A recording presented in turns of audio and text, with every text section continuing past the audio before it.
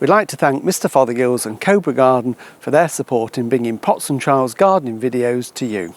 Hello and welcome to Pots and Trowels. This week it's all about sowing seeds. I'm going to start in the greenhouse where I'm going to be sowing leeks, and then outside on the lawn repairing some damaged patches.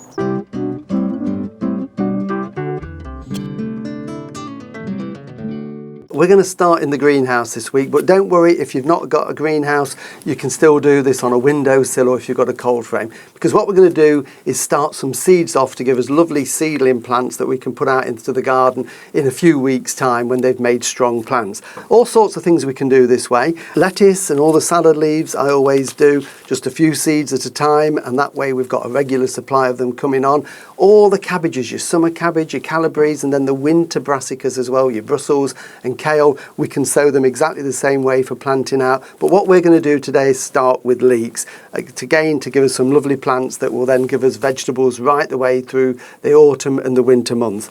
Just a little tip: when you are sowing, always keep your seeds together and keep them as cool as you can. So an old biscuit tin or a little box or this tin sort of thing, this seed tin, and then keep that sealed and put it somewhere cool, a cool shed. Certainly not a warm greenhouse, otherwise they cook.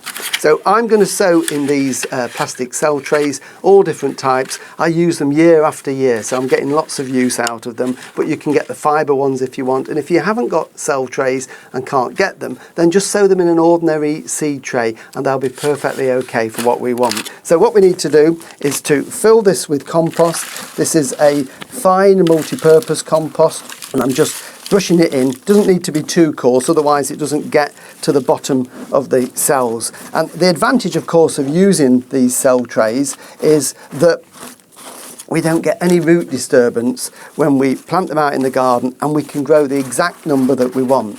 So then it's a case of just using your finger as a dibber just to make some holes about 1/2 inch deep. So we can sow seeds individually and then we can cover them over. Finger is perfect for this, for doing that, and then we're ready to sow. Now leeks and brassicas, all the cabbage family, you can use seed that you opened last year as long as you've kept it cool. It does keep for a couple of years if cool. And just get rid of the soil. You can see the seeds of leeks are quite small. They're little black angular seeds, but they're just big enough to handle individually. So my aim is to try and sow 1 seed per cell. Doesn't matter if 2 drop in there. So I'm just going to very carefully drop 1 seed into each one of those as we go along, and then working our way back along the row like that, just carefully. They are a bit fiddly, but you can usually just grip them like that.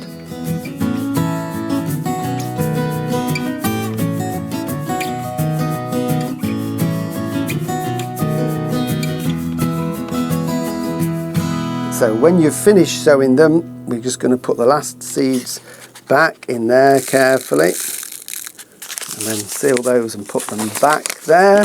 And then it's just a little bit of compost over the top, just to cover the seeds over. Then a final tap, label in, and then the very last thing we do is we give them a drink. I use a little watering can with a fine rose so it doesn't wash the compost all over the place. They'll be fine in the greenhouse, but I say a cold frame or just a cool light windowsill. Keep your eye on them. They take about 10 to 14 days to germinate in the case of leeks, so don't be in too much of a rush, and then we'll have lovely seedlings to plant out, and we'll show you how to do that in a couple of months' time.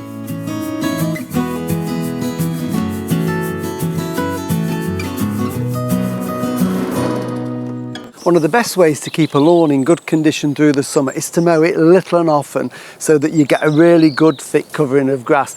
But very often at this time of the year, especially after such a wet winter where you've been walking on the lawn, there might be some bare patches, and the best way to deal with those is to sow some seed, and now is the perfect time. All you need are just a few tools to do it. A little hand fork is ideal, or a little sort of wire rake like this is good. And what we want to do is just to loosen up some of the soil where it's been compacted over the winter. So if it's really hard, then this sort of forking is ideal for it. But otherwise, one of these adjustable rakes that you can use for leaf raking and all sorts of things, if you put it on the tightest one so that the tines are close together, it's great just for loosening that little bit of soil like that. because we've got to do that in order to give the grass seed somewhere to get rooting into it. So it's just a case of going over all the bare patches and just loosening maybe the top half an inch or so of soil. Now when it comes to sowing, there are two ways you can do it. Easiest way is just to get some grass seed. You want a grass seed that's similar to the lawn that you've already got, and just sprinkle it thinly over the area and then work that in again with the rake. Or the other way that I like to do it is I like to get some compost and some grass seed and mix the two together. So just a couple of handfuls into there, mix that together, and then it's a case of getting a handful of this mixture and then just brushing that over the bare patches like that. And then you've got that compost there that just helps the seed to establish a little bit. And then finally, like anything, especially on a day like today, it's a bit dry, it's a bit windy, we just need to make sure that we give it a good drink with some water to help that seed start to germinate. And I'm hoping that within 10-14 days we'll have lots of little green shoots there, and with regular mowing it will really thicken up the lawn for the summer. Well, thank you for watching, and hopefully there's been some things there to keep you busy in your garden for the next few days. Please tell all your friends to like and share, and of course you can subscribe for free on YouTube. We'll be back again soon with some more hints and tips. Thank you. Bye.